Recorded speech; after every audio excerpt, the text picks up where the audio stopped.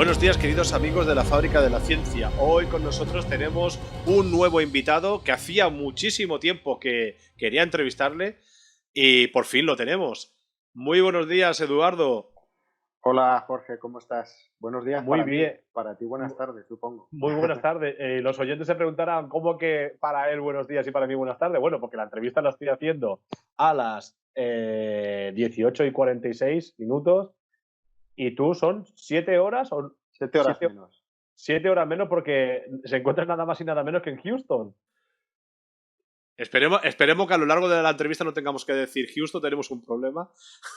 O hemos tenido un problema, ¿no? O hemos tenido un problema porque la semana pasada lo intentamos y era imposible. Esta semana ha ido Funciona mucho mejor. todo funciona mucho mejor, exacto. Bueno, primero te vas a presentar, Eduardo García Llama. Preséntate primero. Bueno, pues soy, como tú dices, Eduardo García Llama, soy físico, ingeniero aeroespacial, trabajo en el Johnson Space Center en Houston, en el programa Orión, donde soy responsable de pruebas de la nave Orión, del guiado, navegación y control, y también soy controlador de vuelo jefe en las posiciones de guiado y control para la futura misión Artemis 1. La Artemis, que según dice, llevará una mujer a la luna. Parece que ese es el plan, sí. Parece que, bueno, no hay nada, no sé, no hay nada oficialmente decidido, digamos, pero todo apunta así por los rumores que hay y tal, a que eso sea así. No en la Artemis 1, por cierto, ¿eh? Pero en futuras misiones Orión. Bueno, yo cuando, y perdona mi ignorancia, cuando oigo hablar del Johnson Space Center, eh, me imagino un centro donde evidentemente está toda la investigación y desarrollo tecnológico, ¿vale? Pero es que lo primero que me viene a la mente es el lugar que puede visitar los turistas, donde se encuentra un transbordador espacial, un Columbia creo que es, puede ser, o un Atlantis. Bueno, sí, realmente el transbordador que ves en el centro de visitantes, en el Johnson, que realmente no es el Johnson Space Center, eso que ves el centro de visitantes está al otro lado de la calle, digamos, no es el centro espacial donde Vale. trabajamos nosotros, ¿no? Pero ahí lo que ves no es uno real. Los reales están por otros sitios de Estados Unidos, pero ese no lo es. Eso no es real, vaya. Bueno, ahora vamos a hacer una visita virtual al Johnson Space Center, ¿no? Por ejemplo, en el lugar que en tu centro de operación, descríbelo. Pues mira, es como una pequeña ciudad, digamos, ¿no? Es bastante grande, yo creo que tiene como lo que es el campus y todas las instalaciones pueden tener del orden de unos, no sé, varios kilómetros cuadrados, ¿no? O varias millas cuadradas, no sé cuánto puede ser. Trabajamos ahí pues algo más de 10.000 personas. Y bueno, pues en el Johnson está el centro de, digamos, ingeniería. Es el centro de vuelos espaciales tripulados por excelencia. Desde ahí no se lanza nada, ¿vale? Mucha gente cree que desde Houston se lanzan cohetes, pero se lanzan desde Cabo Cañaveral, en Florida. Y en Houston está también el centro, el control de la misión, ¿no? El Mission Control Center, que realmente el centro del control de la misión no es la sala que vemos en la tele, ¿no? Esta sala que están los controladores de vuelo, el director de vuelo y todas las pantallas ahí delante.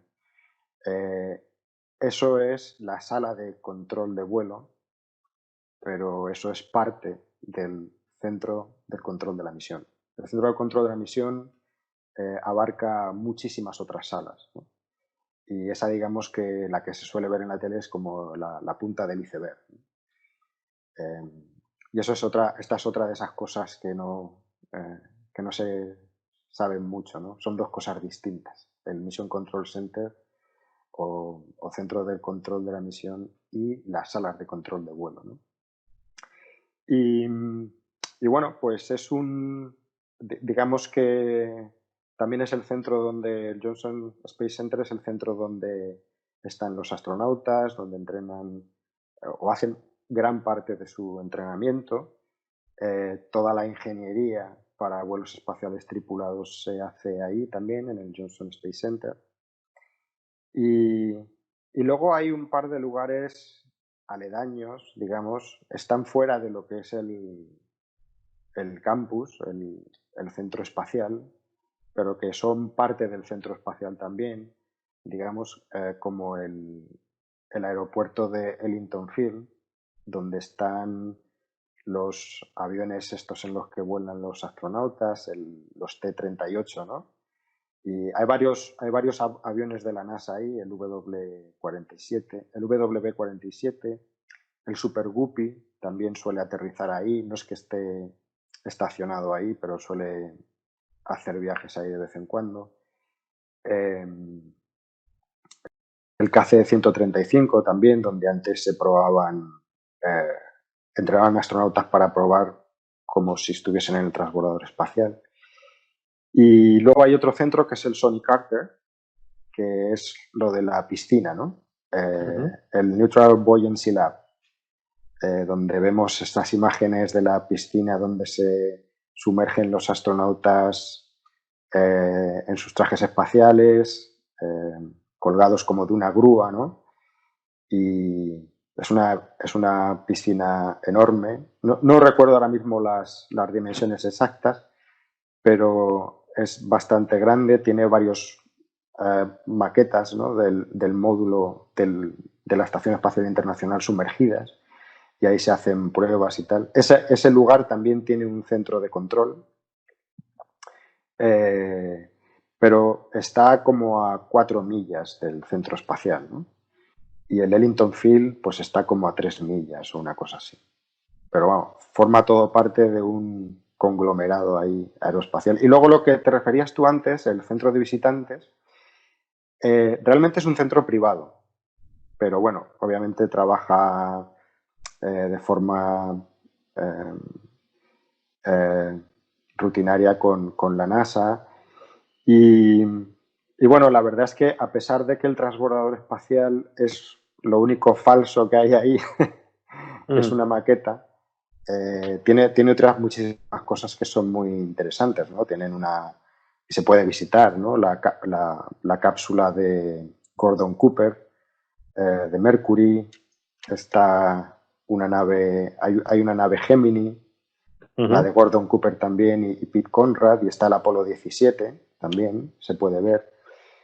Y luego también en el Johnson Space Center puedes visitar uno de los 3 Saturno V que quedaron construidos pero que nunca volaron, ¿no? Y eso también es bastante impresionante verlo, porque, bueno, realmente es un cohete real que habría volado de no haberse cancelado el programa, ¿no? Y está ahí, lo tenemos tumbado, con sus 110 metros de longitud, y también es de acceso público, o sea que es bastante interesante.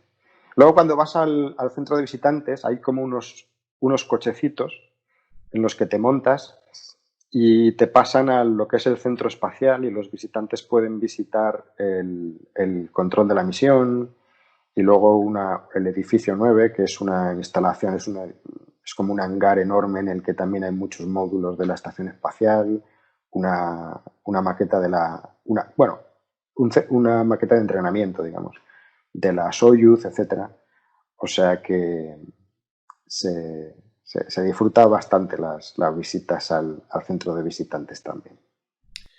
Hay que recordar a los oyentes que el Orión va a ser el futuro vehículo de transporte, bueno, tripulado hacia el espacio de la NASA, porque muchos pensarán que el SpaceX, el Dragon de lo que se lanzó el otro día, pero bueno, esto es una empresa privada, esto con NASA tiene algún acuerdo, supongo, pero no tiene que ver mucho, pero realmente el vehículo que transportará a tripulantes hacia el espacio, a astronautas, será el Orión, la nave Orión.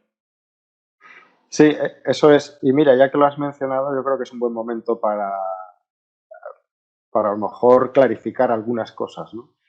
Porque precisamente lo que está sucediendo ahora con empresas como SpaceX, que están dando este servicio, digamos, a la NASA para llevar astronautas de la NASA a la Estación Espacial Internacional o naves de carga, ¿no?, a la estación. Eso se hace todo por contrato con la NASA y es parte de una iniciativa del gobierno federal desde la administración anterior, ¿no?, con Obama, en la que se trata de que la NASA empiece a dedicarse a explorar de forma tripulada lo que llamamos el espacio profundo, ¿no?, que es todo aquello que va más allá de las órbitas bajas de la Tierra. La Estación Espacial Internacional realmente está muy cerca de nosotros, está a la misma distancia que puede estar, que separa Madrid de Almería, ¿no?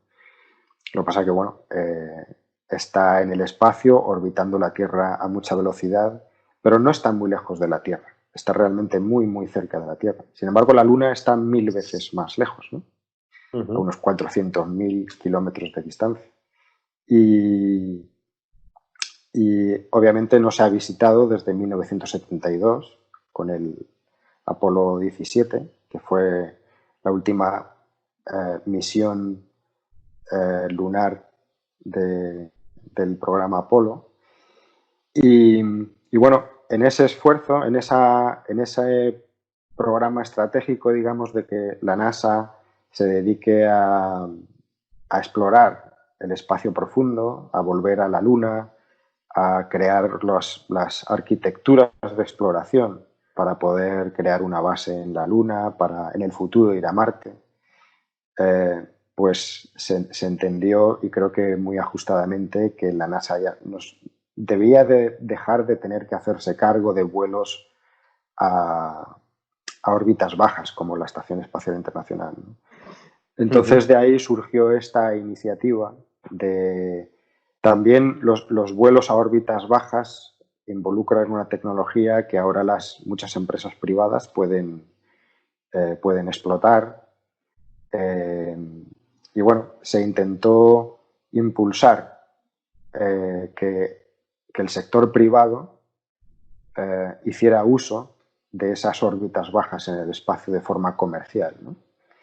Pero claro, para permitir para permitir dar forma a eso, pues obviamente necesitan también un estímulo, necesitan ciertas inversiones, digamos, para que arranquen, ¿verdad? Por eso todas estas empresas privadas que oímos tampoco es que partan de cero, son empresas que reciben ciertas subvenciones del gobierno, también están supervisadas por la NASA. Y luego, además, como incentivo económico, pues tienen este programa de contratos con la NASA, que es lo mismo que decir contratos con el gobierno federal, para llevar astronautas a la Estación Espacial Internacional, ¿no? Y esta es un poco la razón por la que estamos viendo este amanecer, digamos, de empresas privadas que están empezando a ir al espacio y a crear todas estas estructuras de exploración, ¿no? Se hace para permitir eso. Está dentro de un plan mayor para permitir a la NASA que vuelva a la Luna y en su futuro, en su día Marte, ¿no? Todo está dentro de un plan. No ha surgido esto así porque así.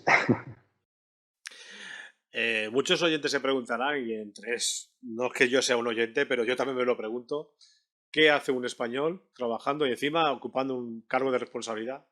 ¿Qué hace un español en NASA? Hombre, no es porque no estemos preparados para poder trabajar en NASA, pero no es sencillo, no es fácil.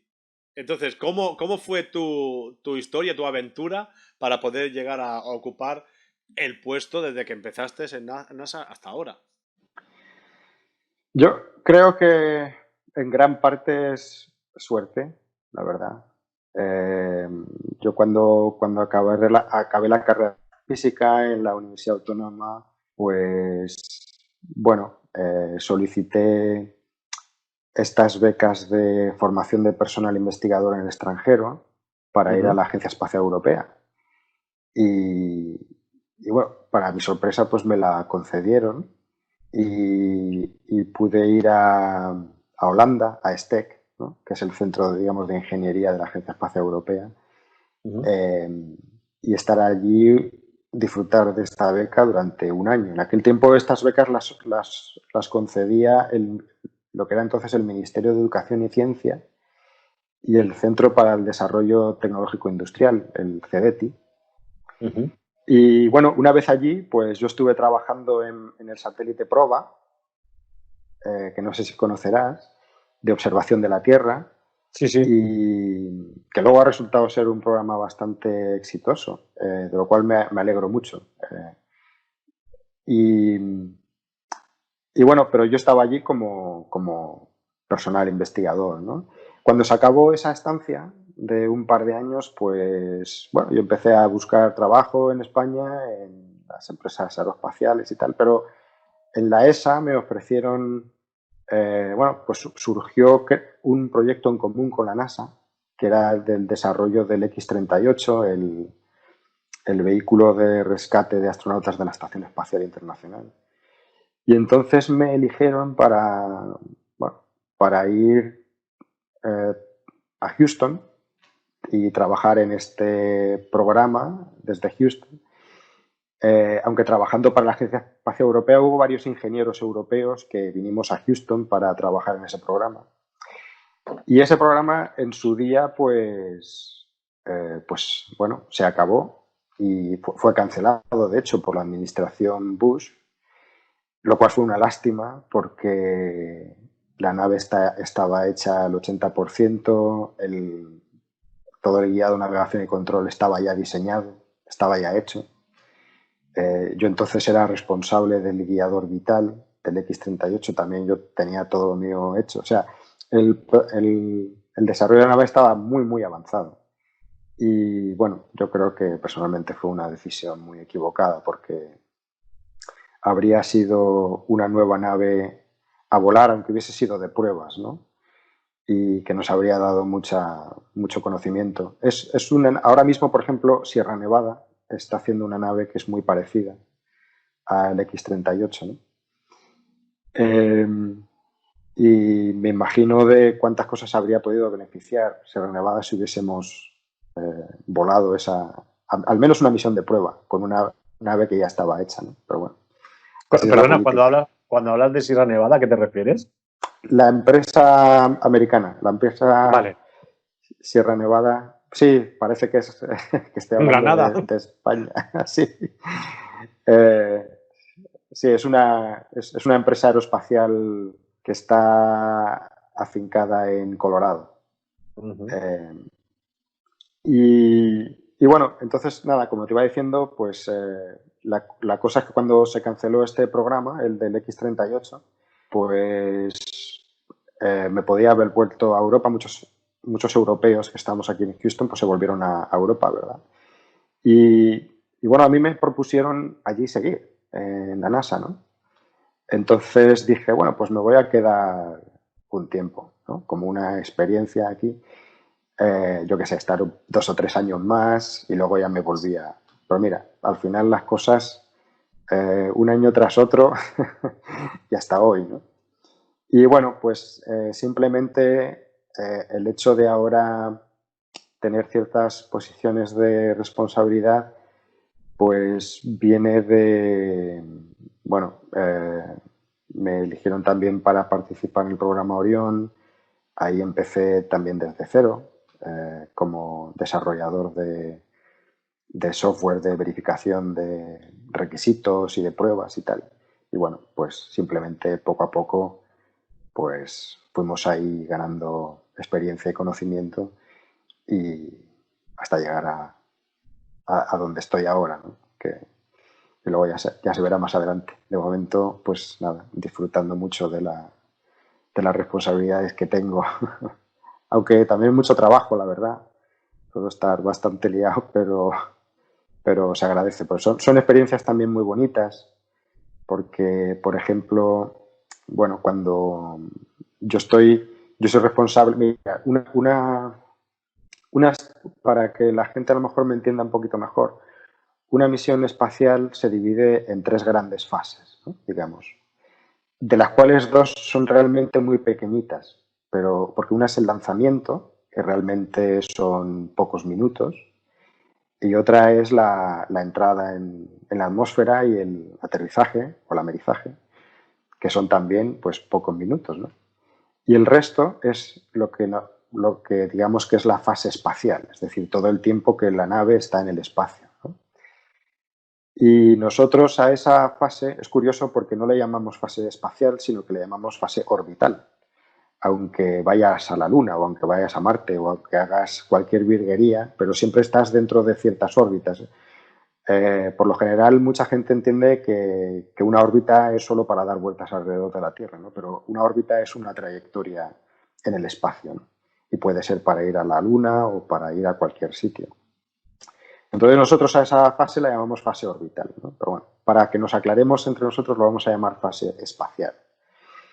Y yo soy el responsable de las pruebas de verificación del guiado y control para toda la fase espacial, digamos, ¿no? Y esas pruebas se hacen a 2 niveles. Digamos, estoy hablando obviamente a muy grandes rasgos, pero unas se hacen solamente utilizando software y otras serie de pruebas se hacen utilizando hardware, ¿no?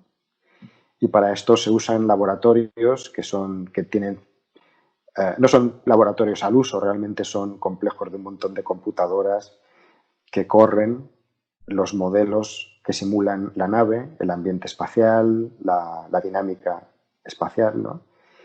Y lo corre todos estos procesos en conjunción con equipos de hardware que o bien son representativos de los que irán a bordo de la nave o bien son exactamente iguales a los que irán en la nave, ¿no? Para esto hay varios distintos laboratorios. Aquí en Houston tenemos uno, otro está en Denver, porque la empresa contratista para Orion es Lockheed Martin y ellos están establecidos en Denver. Y luego obviamente está la nave, bueno, pues en Cabo Cañaveral, ¿no? En el centro Kennedy, en Florida, que también allí pues hemos tenido que ir a hacer ciertas pruebas. Y esa obviamente es la pieza de hardware más fidedigna, ¿no? Porque es la nave, ¿no? Entonces, bueno, yo soy responsable de todas las pruebas que involucren hardware, ¿vale? Y aunque, por ejemplo, para Artemis 2, lo voy a hacer de las dos, de tanto las de software como las de hardware. Y bueno, y para, digamos que, bueno, como te estaba explicando, pues parte de mi trabajo es ese, ¿no? Y luego la otra parte, pues consiste en también ser como he dicho antes, el controlador de vuelo jefe para las posiciones de guiado y control en el MER, que está en el Mission Control Center. El Mission Control Center, como te he dicho antes, pues tiene muchas salas de control, ¿no? Y digamos que la que está en la cumbre de ese iceberg, la punta de ese iceberg, es lo que vemos, digamos, en la tele, ¿no? Los que trabajan en esa sala son los controladores del Departamento de Operaciones de Vuelo. Nosotros somos ingeniería, ¿no? Entonces, pero ingeniería tiene una sala para ella también, que da apoyo a esta sala principal, ¿no? Y esa sala se llama MER, que es la sala de evaluación de la misión. Y esta sala pues también tiene todas esas posiciones, incluso alguna más. Y también, y bueno, pues en esa sala habrá 2 posiciones, que son las de guiado y control. Y bueno, pues yo seré el responsable de esas dos posiciones para toda la fase espacial, que en el caso de Artemis 1, pues en principio será una misión de bastantes días, con lo cual tendremos que tener rotaciones en cada uno de esos puestos, día y noche, y bueno, tener a gente on call, ¿no? Y cosas así, ¿no? Y luego, pues, entonces el trabajo ahí que me preguntabas, pues en esa parte trata de gestionar todas las cuestiones que tengan que ver en la interacción entre el control de la misión y el MER, todos los procesos de integración de herramientas, de software para analizar los datos en tiempo real. También para hacerlos... a veces me corto un poco porque me salen las cosas en inglés. No pasa nada. Como estoy hablando de mi trabajo, me salen en inglés. Las cuestiones de, por ejemplo, cuando programar ciertos... el envío de telemetría, ¿no? Por ejemplo, o de telemetría. Hay muchas clases de telemetría, todo eso se tiene que también planificar, etcétera. Respuestas en situaciones de emergencia. Todos esos procesos se tienen que gestionar, se tienen que hablar y todo tiene que estar muy integrado, ¿no? Así que bueno, digamos que mis responsabilidades basculan entre estos dos puestos, ¿no? Uno de verificación, digamos, de software de vuelo en laboratorios donde hay hardware y en software y en la nave. Y luego también la de gestión de toda esta parte del control de la misión, digamos, ¿no? ¿Qué le hace especial a la nave Orión respecto a otras naves? Pues, bueno, yo creo que es su capacidad, ¿no? A lo mejor externamente nos recuerda a Apolo, obviamente. También tiene un módulo de servicio que, por cierto, está hecho por la NASA, por la Agencia Espacial Europea. Uh-huh. Y bueno, yo creo que lo que a destacar es su capacidad, es decir, será una nave que será capaz de transportar astronautas pues al entorno lunar. Obviamente este no es el aterrizador, digamos, no es el Lunar Lander. Para eso hay otra gente que está dedicándose o empezando a trabajar en eso. Entonces, esta nave, pues igual que en los programas Apolo, pues cuando vaya a la Luna se quedará orbitando la Luna o anclado ahí a lo mejor a un posible módulo que esté ya orbitando la Luna, etcétera. Pero no es, en cualquier caso no es la nave con la que se descenderá a la Luna, ¿no? Pero es la nave con la que se realizarán todos los cambios de velocidad, las correcciones de trayectorias, si hay que abortar la misión, pues esta es la nave que hará todo eso, ¿no? Y en principio la arquitectura de lunar de Orión no va a ser muy diferente de la arquitectura Apolo, ¿verdad? O sea, vamos a tener un cohete grande, que es el SLS, que digamos que sería un poco el equivalente al Saturno V, y luego una nave Orión con su módulo de servicio, al igual que en Apolo también, ¿no? O sea que en ese sentido, a lo mejor desde fuera pues no se va a apreciar la distancia.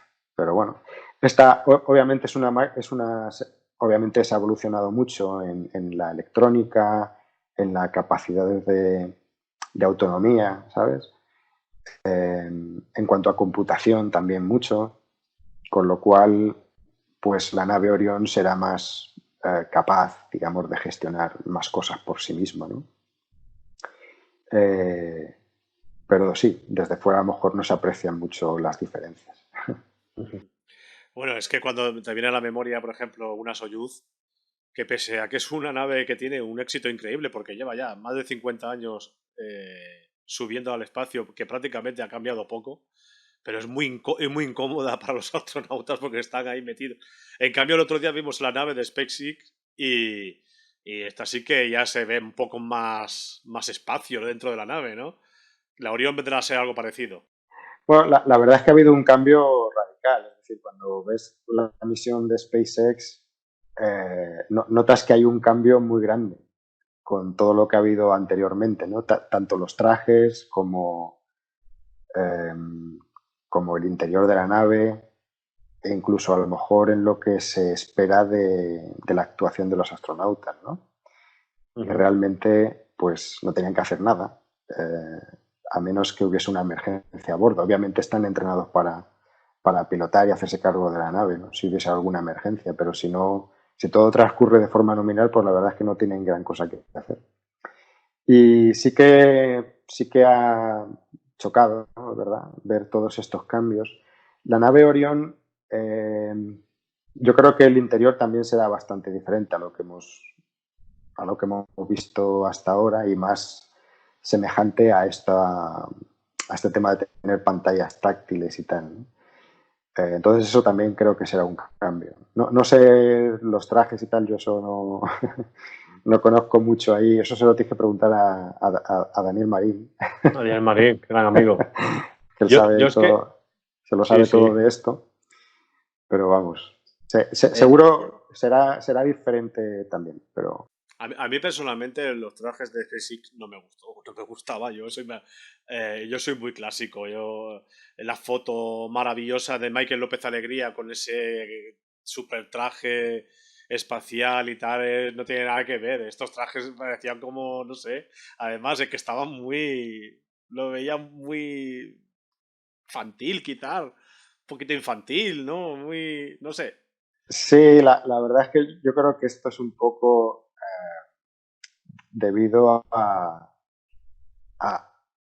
o sea, cuando estos trajes se probaban, mira, yo tuve la oportunidad de ver esos trajes hace ya muchos años, porque bueno, yo al principio, hace, no te sabría decir, a lo mejor 4 o 5 años, yo fui parte de la NASA, del equipo de la NASA que se encargaba de supervisar a SpaceX.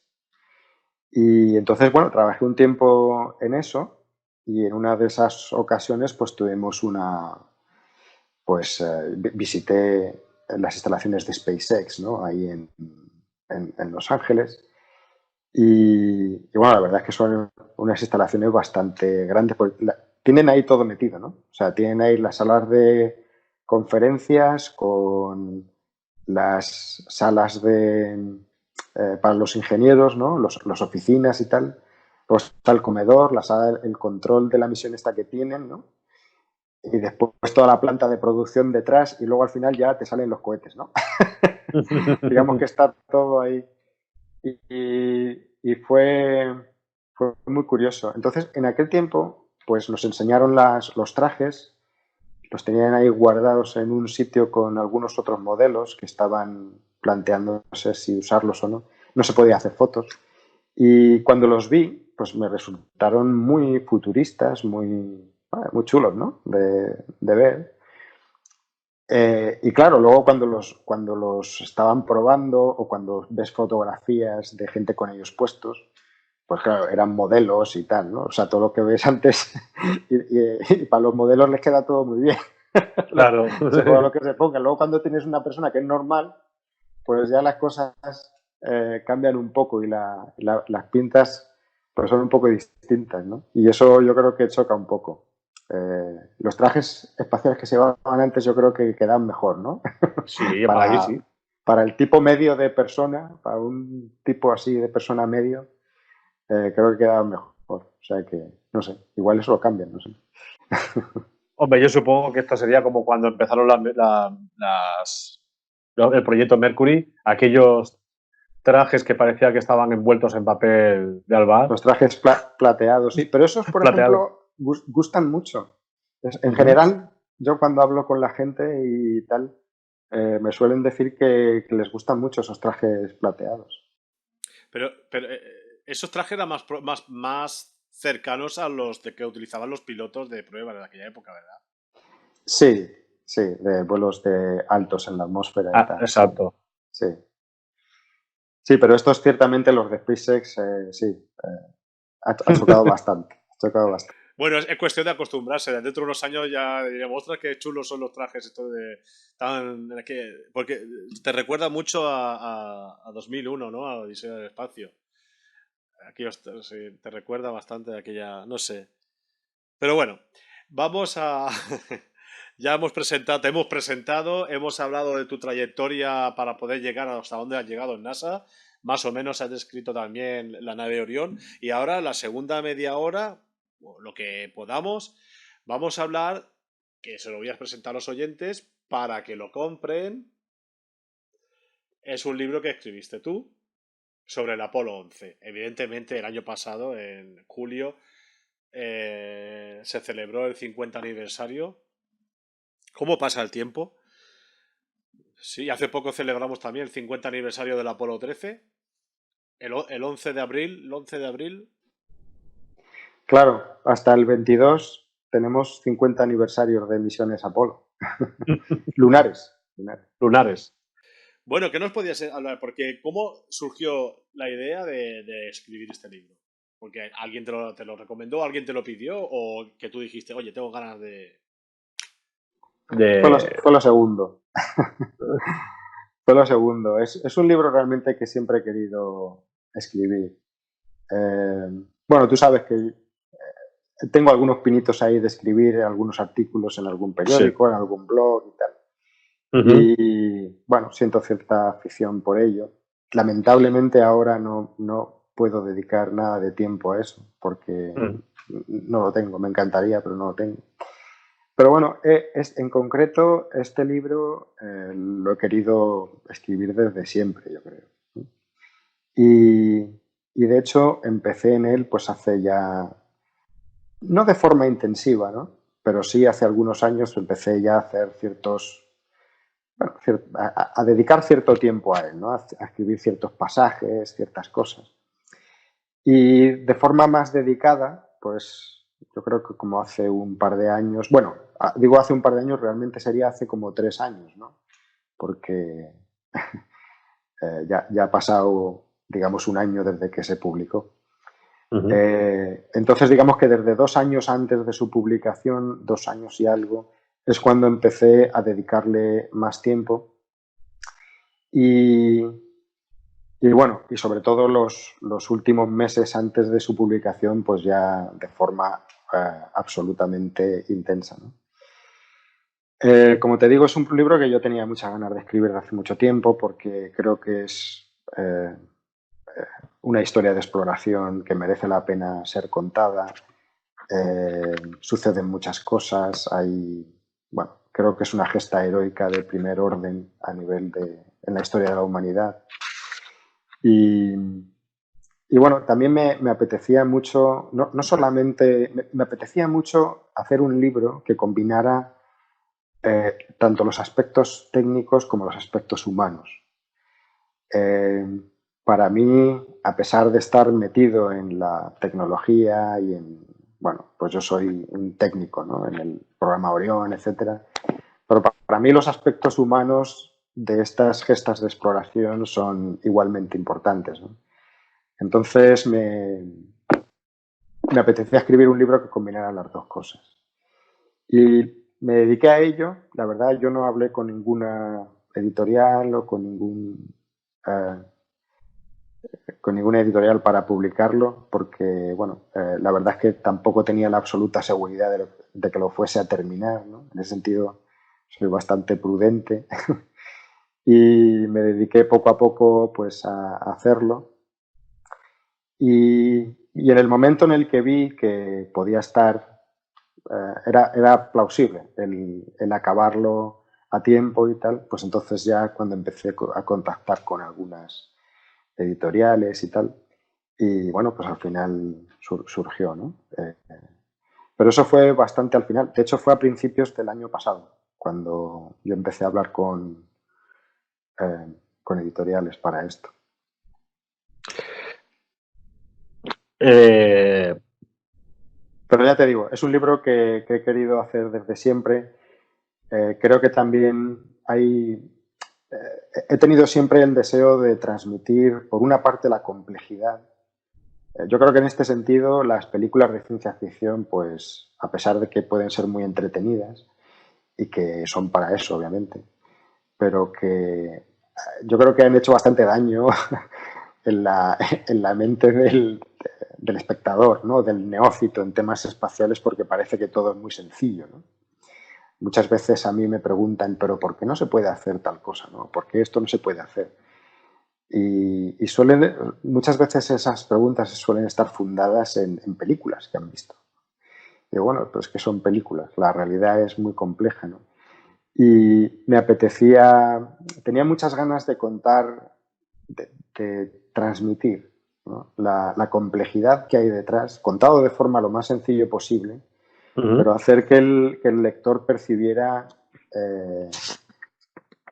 realmente cuán difícil es hacer una misión lunar, cuántos aspectos hay que tener en cuenta, cuántos detalles, ¿no? Cuántas decenas de miles de horas, cuántas centenares de miles de personas tienen que estar, y hablo de centenares de miles de personas que tienen que estar involucradas en una misión espacial, cuántas miles de pruebas. Hay, hay detalles que son increíbles en cuanto a pruebas, ¿no? Y yo ahora mismo, por ejemplo, estoy viviendo ese proceso también en el programa Orión, ¿no? En las horas ingentes, las simulaciones durante días y noches, ¿no? Bueno, me apetecía, yo creo que tiene un valor el explicar todo eso, pero luego también, como te digo, tiene un gran valor, y es algo que para mí es muy importante, el explicar los aspectos humanos, ¿no? Cuáles son las motivaciones de los astronautas, no solo de ellos, sino también de la gente que está en tierra, cuáles son sus motivaciones, cuáles son sus experiencias, ¿no? ¿Por qué asumieron este riesgo? ¿De qué mundo venían? ¿No? El mundo de los pilotos de pruebas. ¿Qué clase de gente eran? ¿Qué pensaban? ¿Cómo se llevaban entre ellos? ¿No? ¿Qué anécdotas vivieron en la Luna? ¿Qué detalles sería chulo saber que a lo mejor pasan desapercibidos porque solo se piensa en que pisaron la Luna y volvieron, ¿no? O sea, bueno, quería adentrarme un poco más en todo esto.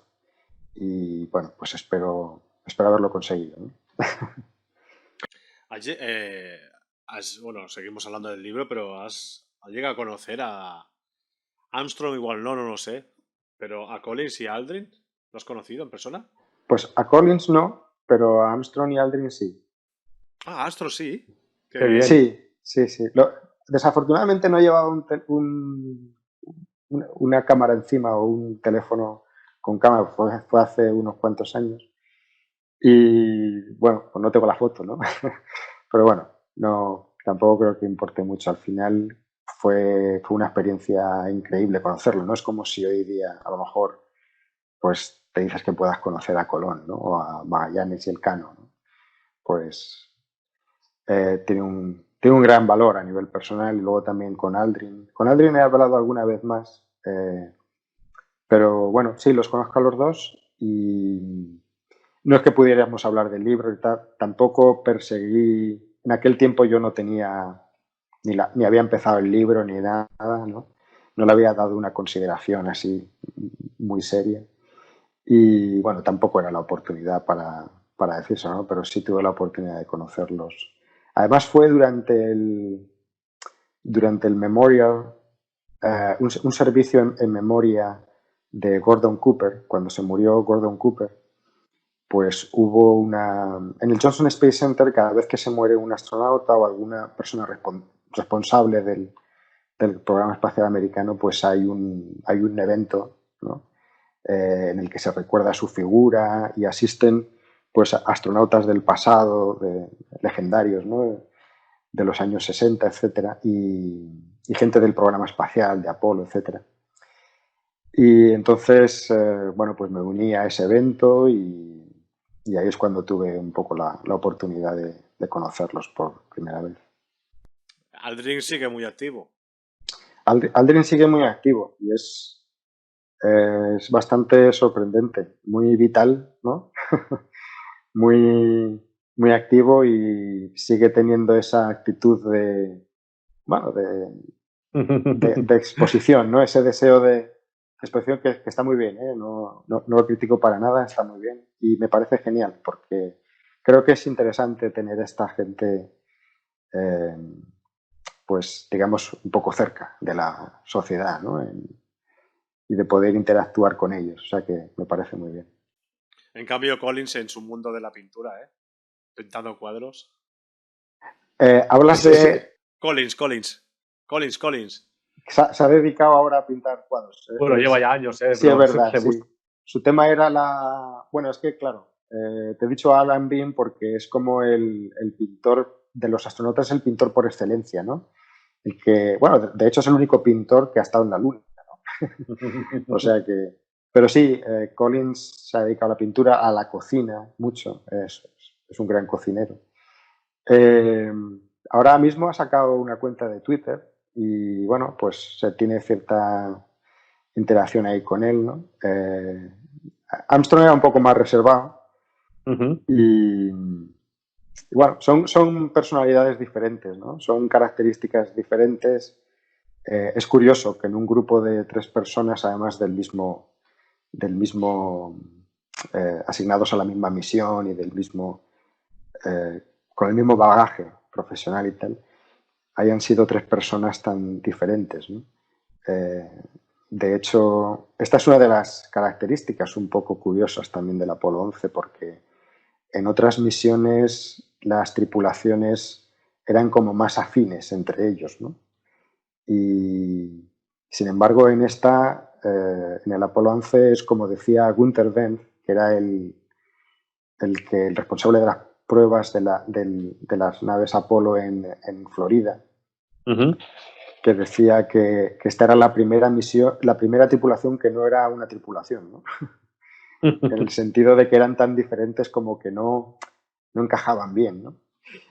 Y esa es una cosa curiosa del Apolo 11, sí. Hombre, es sabido que Aldrin tenía su carácter y sigue teniendo su carácter. Y parece ser que no le sentó muy bien cuando le comunicaron que no iba a ser el primero que iba a pisar la luna. De hecho, la famosa foto en la que aparecen los 3, detrás creo que se ve la luna y se le ve las caras. A Armstrong una sonrisa de oreja a oreja, a Aldrin una sonrisa como la Gioconda y Collins así como diciendo, pues yo ya puestos, pues pongo la cara que tengo, pero tampoco me voy a sonreír porque no... Estos dos van a pasar a la historia y yo dando vueltas alrededor de la luna.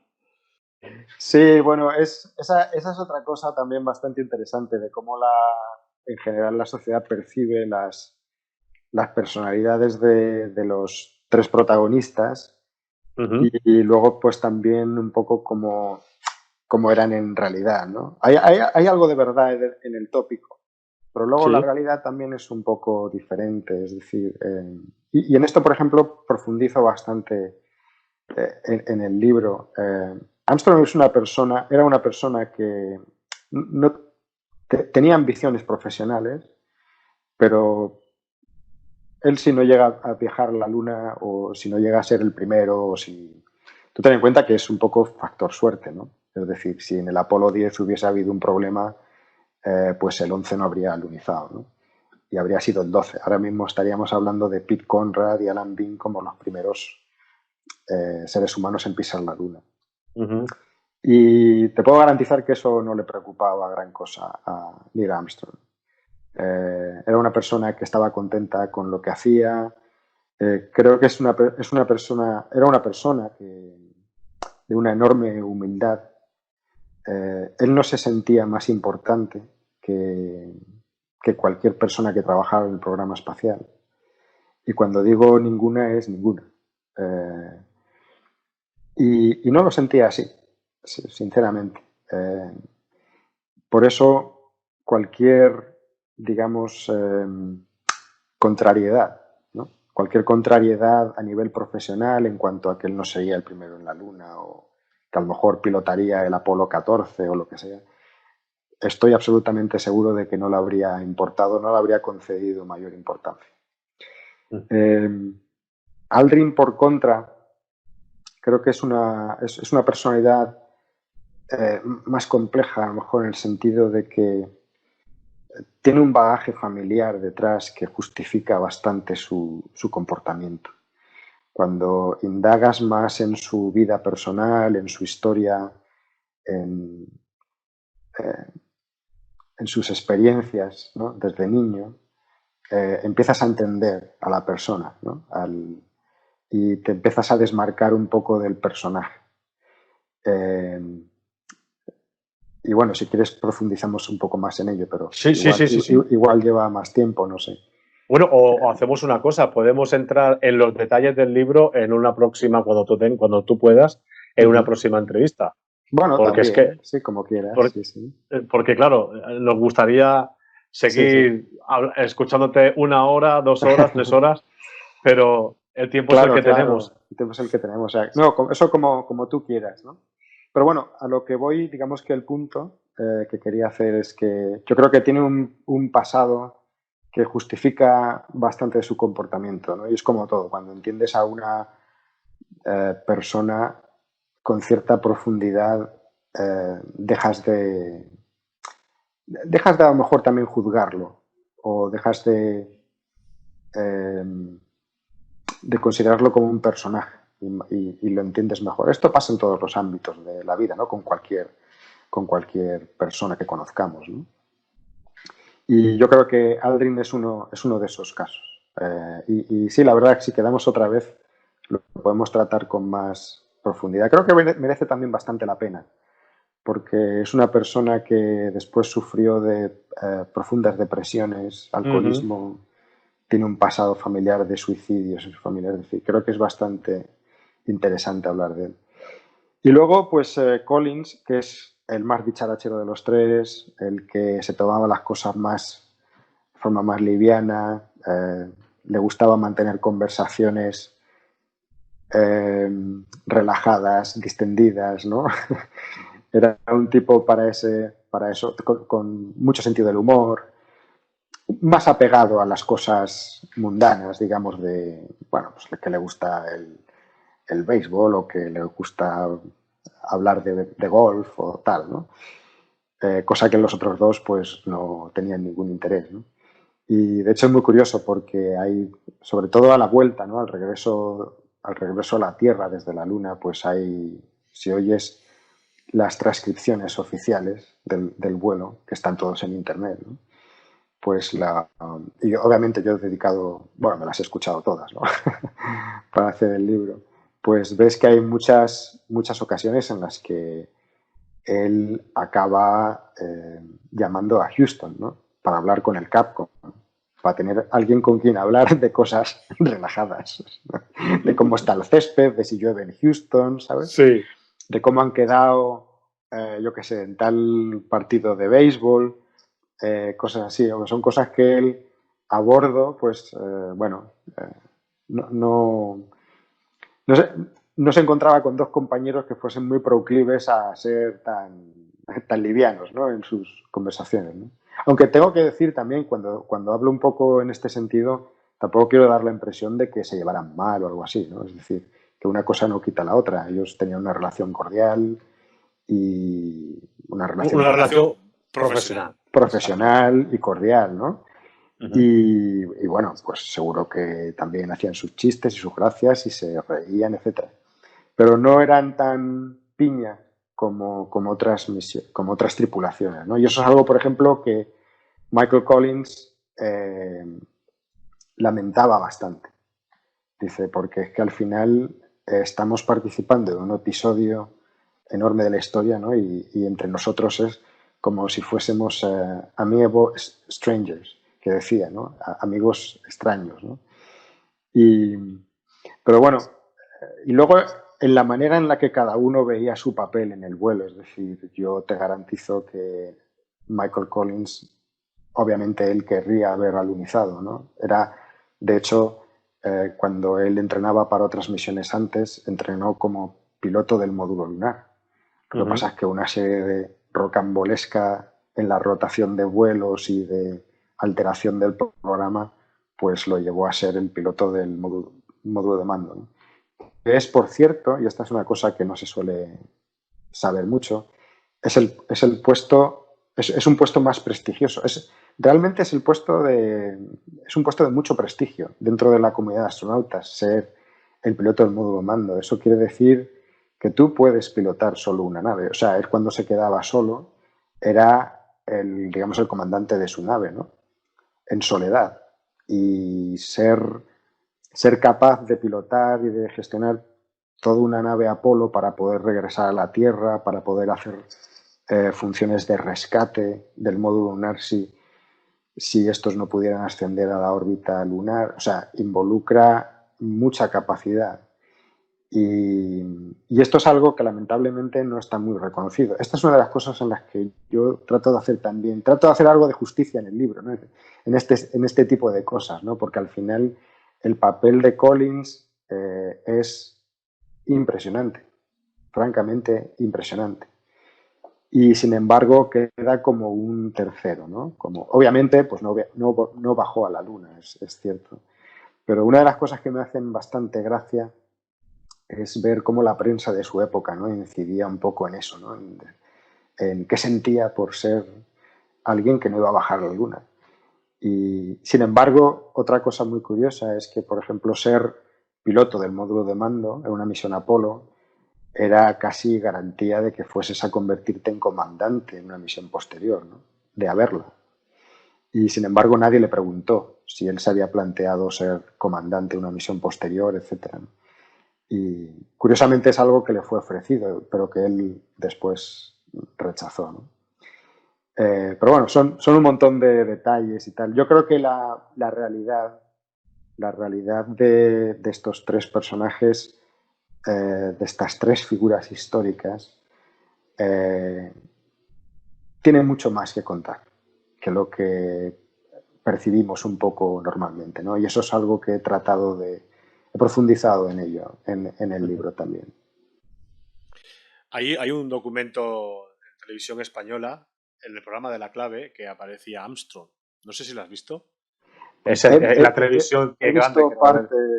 he visto algún fragmento, yo creo que no entero, pero sí he visto un fragmento relativamente largo. Eso ya no pasa hoy en día en la televisión. Por lo menos aquí en España no pasa. Traer a un monstruo. Imagínate, creo que el programa era del 77 y hacía 7 años, 7 años y pico, que Armstrong había pisado la luna y ya estaba en televisión. Hoy en día esto no pasa, por desgracia no pasa. Prefieren atraer a otros Invitados, sí. tipo de invitado.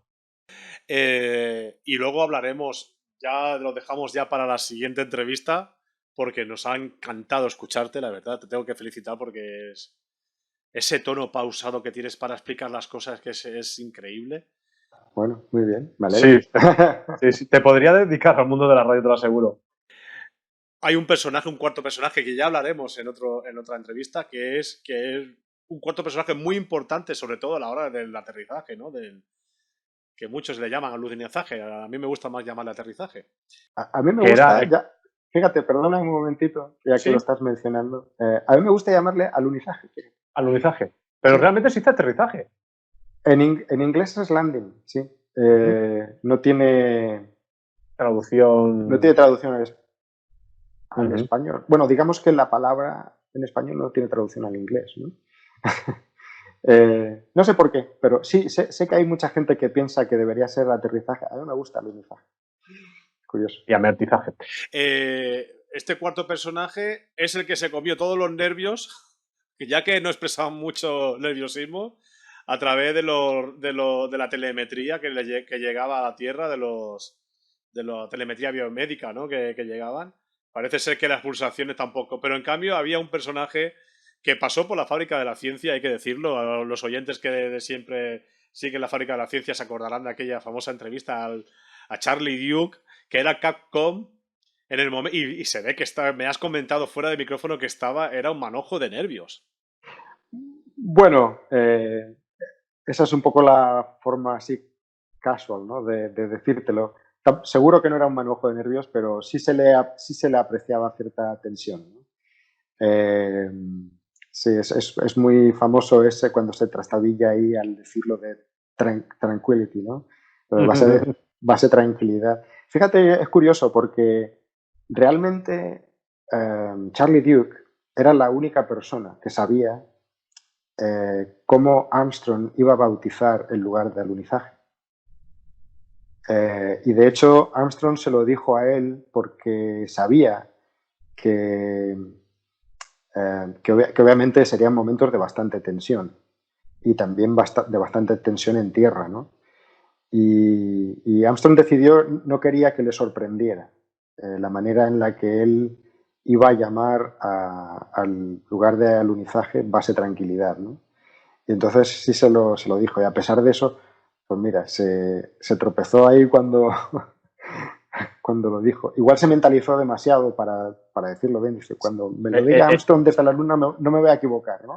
Eso a veces pasa, lo tienes preparado el guión y luego no te sale nada del guión. Muchísimas gracias, Eduardo. La verdad es que tengo muchas ganas de volver a entrevistarte, de seguir hablando profundamente de este maravilloso libro.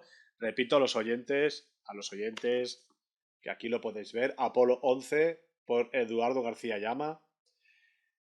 Muchas gracias, ha sido un placer.